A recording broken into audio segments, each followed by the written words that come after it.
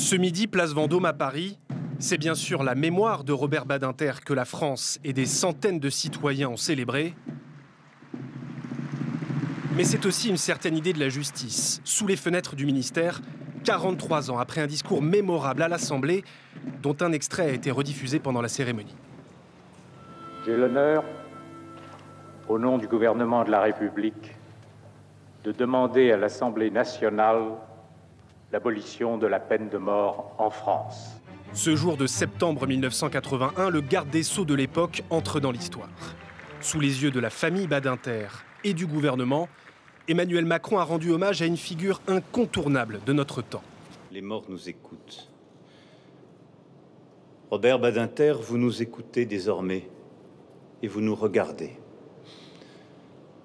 Conscience morale que rien n'efface, pas même la mort, que le chagrin élève au rang d'exigence. Dans la foule place Vendôme, toutes les générations se sont réunies, notamment ces étudiants en droit. C'est quelqu'un de motivant en fait, c'est une figure qui nous montre que c'est possible. Et donc, oui, c'est un modèle, c'est un modèle pour nous. Robert Badinter est quelqu'un qui m'a beaucoup inspirée dans mes études, mais j'espère aussi dans ma vie.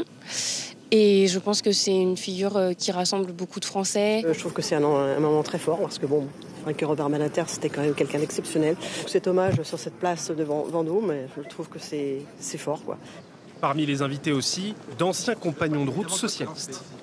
Il a été marqué par l'horreur du nazisme et donc il a toujours été guidé dans sa vie par la recherche de la vérité, par l'exigence de fraternité, aussi par l'espérance de la paix. Emmanuel Macron souhaite désormais aller plus loin. Il propose que Robert Badinter repose pour l'éternité au Panthéon.